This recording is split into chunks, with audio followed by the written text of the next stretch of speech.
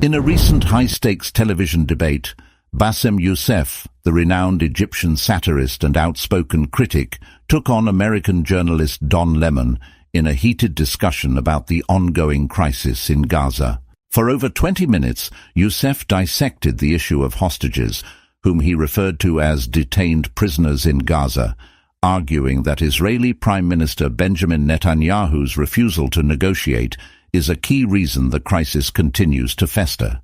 Youssef, known for his sharp wit and incisive commentary, did not hold back. He meticulously outlined the historical context of the conflict, emphasizing the long-standing occupation and military operations that have deeply scarred Palestinian society. Throughout the debate, Don Lemon attempted to maintain a journalistic facade, posing ostensibly neutral questions. However, Youssef adeptly countered Lemon's underlying bias, which seemed to subtly undermine the Palestinian struggle against what many describe as apartheid. As the debate intensified, Youssef highlighted instances of what he deemed intellectual dishonesty from Lemon. According to Youssef, Lemon's questioning, while outwardly impartial, often masked a deeper intent to exploit perceived weaknesses in the Palestinian narrative. When Youssef challenged Lemon on these points, the journalist appeared to backpedal, revealing, in Youssef's view, a lack of genuine commitment to journalistic integrity and an implicit bias against the Palestinian cause. Despite these challenges, Youssef remained resolute. He detailed the brutal history of Palestinian displacement and the tactics used by early Israeli paramilitary groups to establish a state, often at the expense of Palestinian civilians. Youssef's points were bolstered by recent revelations from an Israeli newspaper, which leaked intelligence documents indicating that Israeli authorities had prior knowledge of Hamas's plans for a major attack, including the taking of hostages on October 7th. The leaked document, prepared by the Gaza division of the Israeli army, warned that Palestinian fighters were planning to capture between 200 and 250 Israelis. This intelligence, known to Israeli security forces, including those within the Gaza Division Command, was reportedly ignored, allowing the attack to proceed. This revelation, reported by Israel's Kan TV and covered extensively by Al Jazeera, supported Youssef's claim that Israeli occupation authorities were deliberately neglecting Palestinian resistance, aiming to suppress any form of opposition to what they envision as a greater Israel dominated by Jewish supremacy. Youssef's unyielding stance and articulate exposition of these issues made a significant impact, not only highlighting the plight of Palestinians, but also exposing the complexities and often hidden agendas in the reporting and handling of the Gaza crisis. Have you done any research about Israel at all? Yeah, I'm asking you. Okay. I'm asking you. Do you? All right. Do you believe So let's leave the West Bank and Gaza, because these are occupied territories, which Israel has a responsibility towards the people in these. And we're not going to talk about the atrocities that have been doing in Gaza. We'll leave that for now. Not the atrocities they've been doing in the West Bank or the East Jerusalem. Let's talk about people with Israelis passports, citizenships. 20% of Israeli population are Arabs. All right? Arabs in Israel with an Israeli passport supposedly have full citizen right. There are more than 60 racist laws against them. If you did a little bit of research, you will find that there are 60 racist laws against them. There are zoning laws like the Jim Crow laws. Palestinians with Israeli passports are not allowed to live in 81% in the land of Israel, or own 93% of the land in Israel. If you are a Palestinian with an Israeli passport and you fall in love with someone in the West Bank, you cannot move him into Israel. You have to move out. Just a couple of days ago, the desert of Najaf, which is inside Israel, Israel went in and just destroyed Bedouin houses. They have destroyed houses in the East Jerusalem. And you tell me about Israel. Israel is what they call a carceral. I think it's the word carceral. Is it carceral? Yeah, carceral. I don't Yeah. know what you're referring to. Yeah, so basically it's a carceral state, which is basically it's a state that uses the legal system in order to advance its political agenda. We talk a lot about like Israeli hostages, but nobody talks about Palestinian hostages. There are 9,000 Palestinian hostages in Israeli prisons. The CNN has just released a report talking about the horrible conditions that in these concentration camps, and I use concentration camp because it's exactly like concentration camps, and and it is horrific. It's like as if you're taking a walk in Auschwitz, and it's kind of like it's in CNN. So maybe someone like I don't know, Jake Tapper, your previous colleague, can take a note from that, because for the last 6 months, all it's been doing is just like bringing people with questionable testimonies to advance the rape hoax that was proved to be like lies time after time after time again, including someone like Chris Cohen, who changed his testimony 5 times until he found his way to Jake Tapper on 4th of January. Yeah, we can. In order to go through the entire history, and I appreciate your knowledge of the region and your knowledge of what's going on. I mean, you asked me a question. You asked me a question if there is an apartheid state, and I just get gave it. I you. get it. I do, and I want to know. But I in the time that I have with you, I want to find out. I want to ask you about a number of different things. Okay? Go ahead. And so when you say you believe that the Biden administration is supporting an apartheid regime, Yeah. then what would the next move be? What would you have Joe Biden and the Biden administration do? What would you have America do at this point? Well, I have a practical solution and a little bit of an impractical solution. The practical solution is Israel is a client state. Israel is not an ally, it's a client state. It takes money from us. You and me and every other American have their tax dollars being shipped $26 billion in the last 6 months to buy weapons to kill children and women. That has to stop. And the thing is, it's a phone call. They can just. But here's the thing. That's the right thing to do. That practical thing to do will not happen. And I'll tell you why. And let me tell you a personal story, because this is very important to me. This is very important to me, my friend. I came to this country. I came to this country as a new citizen. I mean, this is new to me. This is all new to me. And I became a citizen in this country. And so maybe I'm asking you to guide me. And everybody knows where I come from, the third world countries. Everybody knows that whoever is in control is not really in control. Whatever president or king or leader, they are basically answering to the US, Russia, or China, or France, whatever superpower is there. And then I come to the States, the land of the free, a country that is by the people, for the people.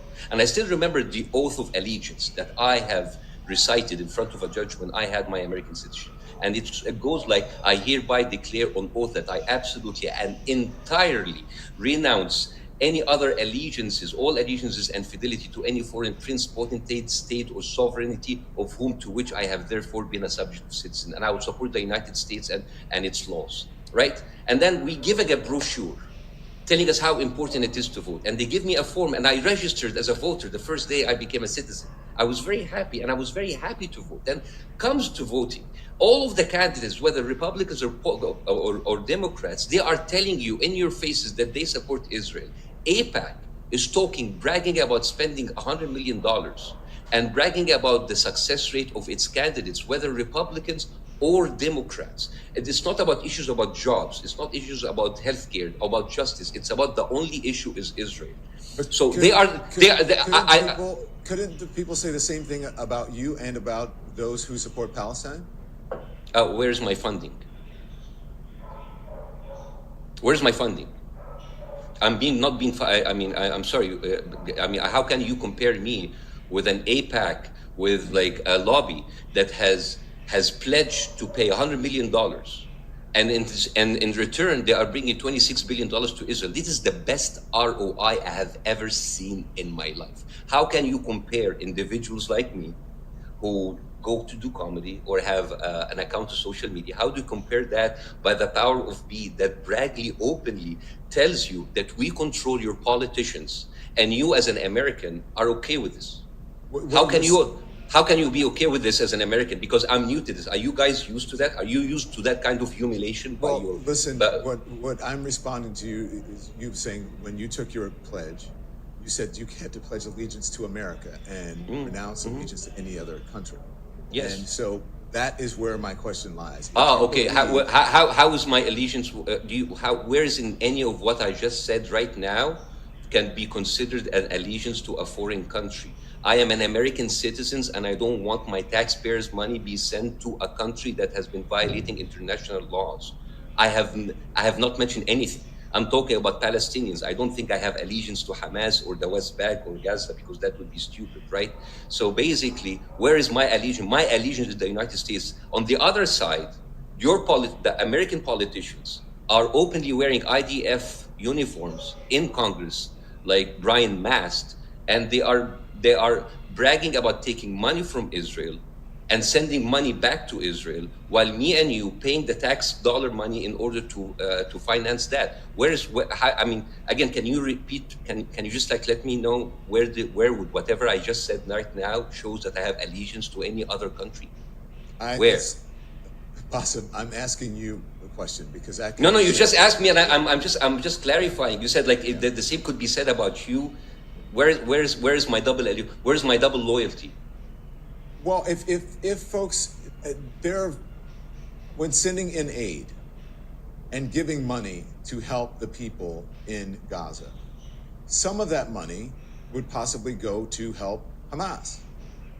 That's what they believe. Some of those supplies may go to actually help Hamas.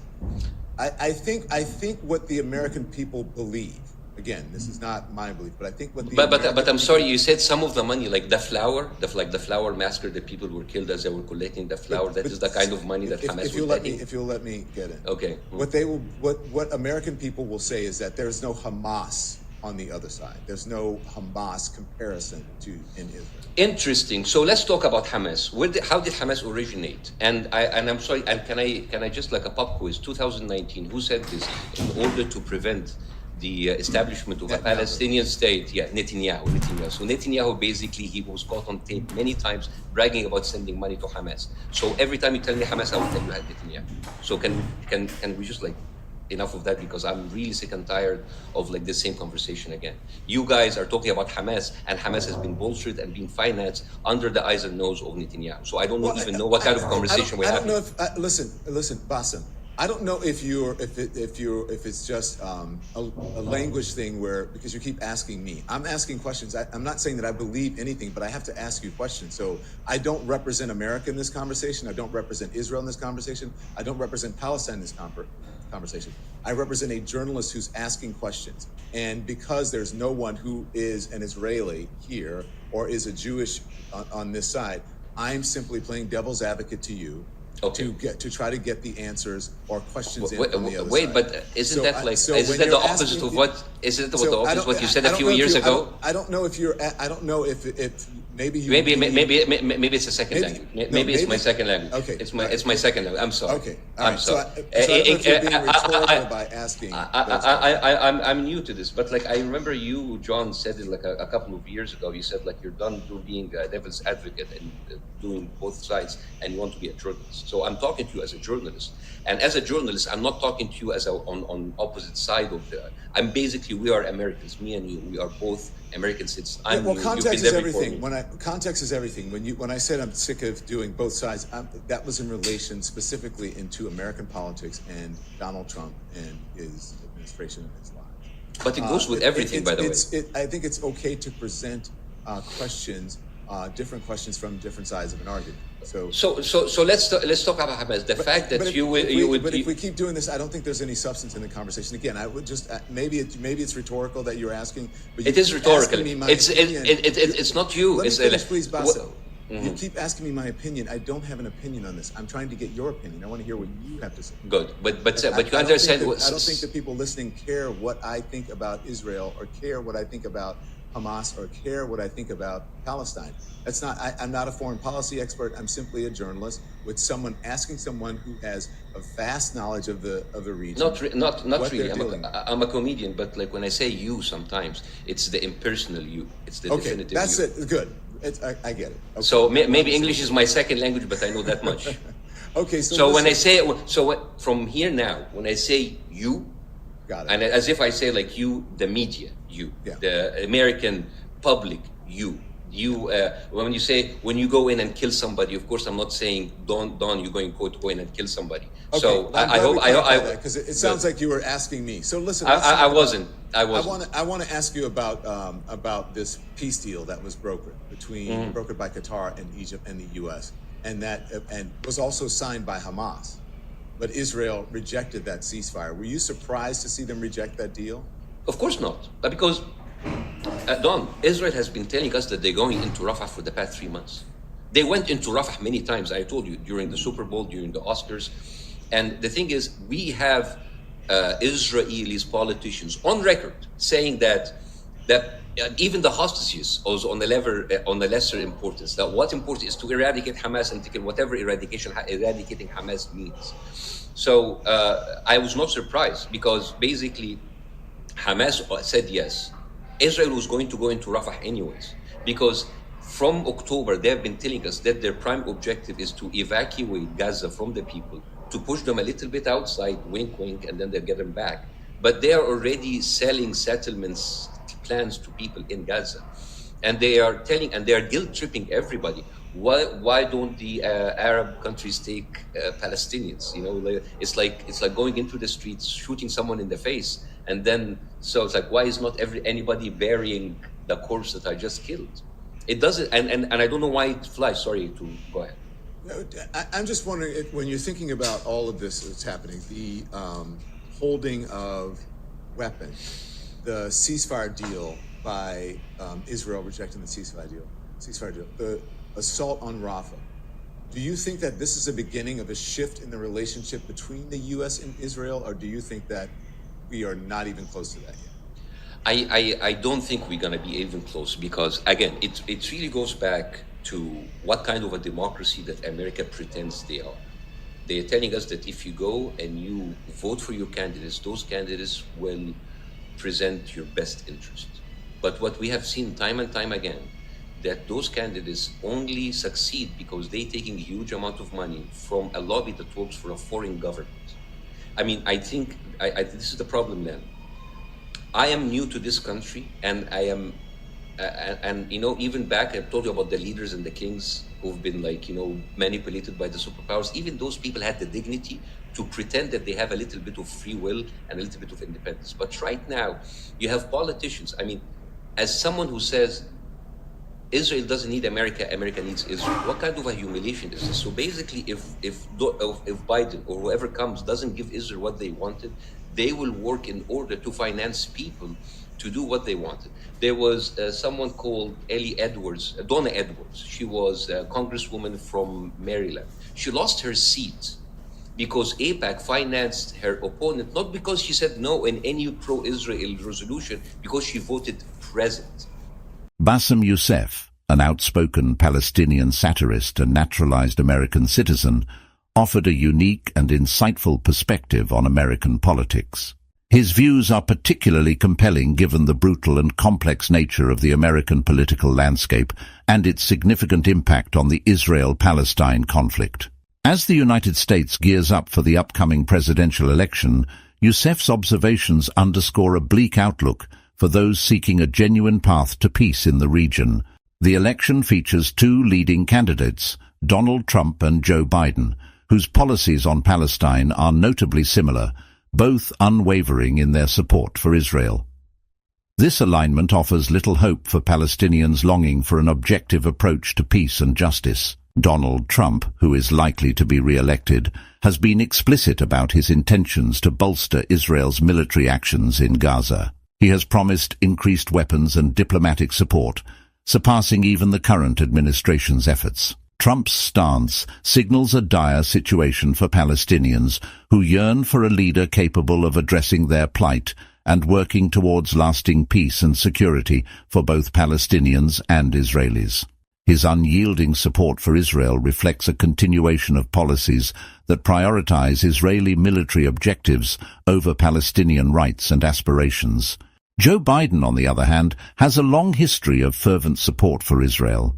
As a young senator, he famously declared that Israel is a mini United States of America in the Middle East. He even suggested that if Israel did not exist, the US would need to create such a state, essentially viewing Israel as a strategic military asset in the region. Biden's historical stance, coupled with his current policies, offers little variation from Trump's approach. For Palestinians, Biden's position represents another chapter in the ongoing saga of American political leaders neglecting their aspirations and rights. It's about time we stop, those of us who support, as most of us do, Israel in this body, for apologizing for our support for Israel. There's no apology to be made. None. It is the best $3 billion investment we make. Were there not an Israel, the United States of America would have to invent an Israel to protect her interest. The positions of both Trump and Biden highlight a significant issue within American politics: the lack of a balanced approach to the Israel-Palestine conflict. This enduring alignment with Israel perpetuates a cycle of violence and instability, with Palestinians continuing to endure hardships. The unwavering American support for Israel, devoid of any substantial consideration for Palestinian perspectives, exacerbates the conflict and hinders any prospects for a fair and just resolution. Youssef's critique of American politics is rooted in his personal experiences and profound understanding of the Middle Eastern geopolitical landscape. His insights reveal the complexities and often overlooked nuances of the conflict, challenging mainstream narratives and urging a re-evaluation of American foreign policy. As a matter of fact, B'Tselem, which is an Israeli human rights center, reported on the use of the IDF of human shields, and it goes back to late 1990s. We have multiple reports, videos of IDF soldiers admitting using Palestinians as human shields. It was so bad that in 2005, the Israeli Supreme Court prohibited the use of human shields because it was happening so often, and yet they still continued it. And the worst spit on the face on this is that in 2007, the commander of the IDF in the West Bank, Yair Golan, was reprimanded for approving the use of human shields.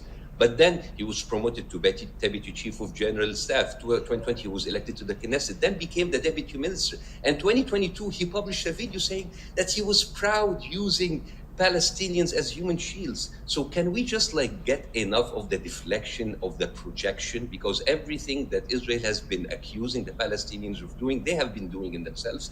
And nobody seems to give a fuck. Okay, Bassem, you said that you don't believe Israel's being held to account. Yeah. The Biden administration halted weapons shipments to the Middle East. Oh my God. What do you make of that? Oh my God.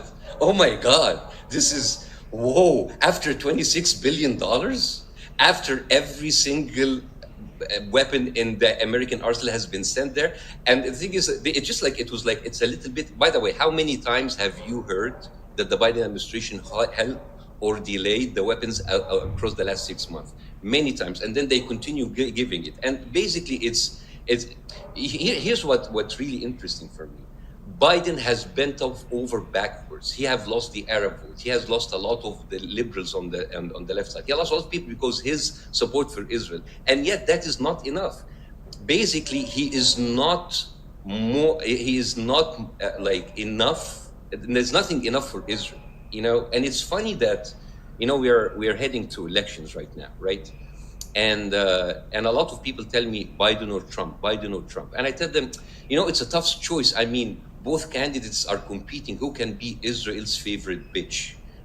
Biden, after supplying Israel with weapons, sending 26 billions of my tax dollars to them, and having his spokesman Weasel Kirby gaslighting reporters in their faces every day. And after that, the Israelis are not satisfied. The conservatives on the right are bitch slapping Trump. How could you do that? How could you leave Israel? And then Trump and Kennedy on the other side, they're waiting. Oh, Israel, pick me. I am the one for you. And it is so humiliating as a U.S. citizen. I'm a new citizen. To see that my candidates are competing not for the betterment of our lives as Americans. Go ahead, sorry. There are only two choices. And I think I agree.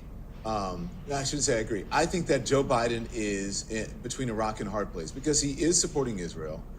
He's getting a lot of criticism, especially from the left wing of the Democratic Party, for supporting Israel, and it may actually hurt him or cost him the presidency. What would you have him do? Because if he stopped supporting Israel, it would be a major change in foreign policy for the United States. What would you have him do? Are we talking about what's right or what's good for his re-election? I'm asking you the question. No. Are we talking about what's right? Because if he wants to win the election, of course he has to support Israel. The Israeli lobbies, Joe Biden is the highest paid candidate by the Israeli lobbies, $9 million over his career. He's the number one recipient of AIPAC money and Israeli lobbies money. So of course, I mean, at the end of the day, Arabs, I mean, we just sell vapes, so I don't think we can generate that much money.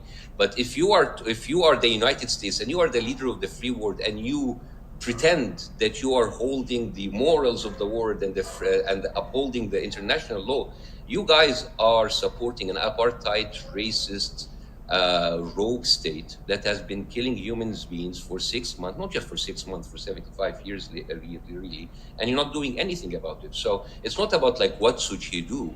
It's like, are we talking about what is the right thing to do? In dissecting the upcoming American presidential election and its implications for the Israel-Palestine conflict, one cannot overlook the troubling uniformity in the candidates' policies.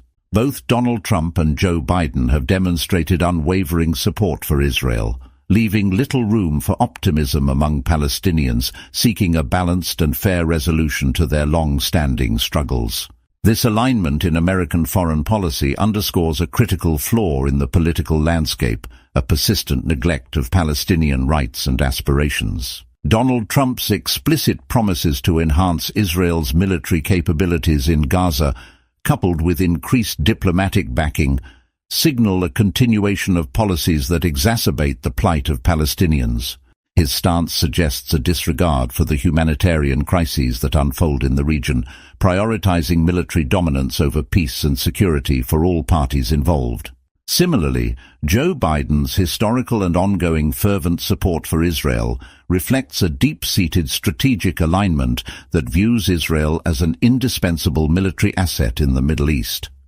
His past declarations and current policy positions indicate an entrenched bias that overlooks the legitimate grievances and rights of the Palestinian people. The lack of a balanced approach in American politics perpetuates a cycle of violence and instability in the region. Both candidates' positions reveal an intellectual dishonesty and a failure to engage with the complex realities on the ground.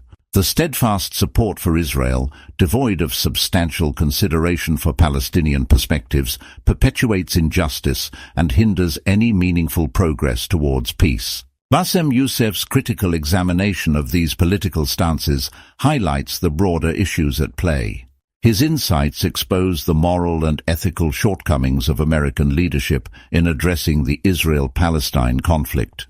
The continued endorsement of policies that favor one side at the expense of the other only deepens the divide and prolongs the suffering of innocent civilians. As the election looms, the absence of a candidate willing to challenge the status quo and advocate for a just and equitable resolution is stark. The unwavering support for Israel, shared by both Trump and Biden, suggests a grim future for Palestinians. Their aspirations for freedom, security, and recognition remain silent.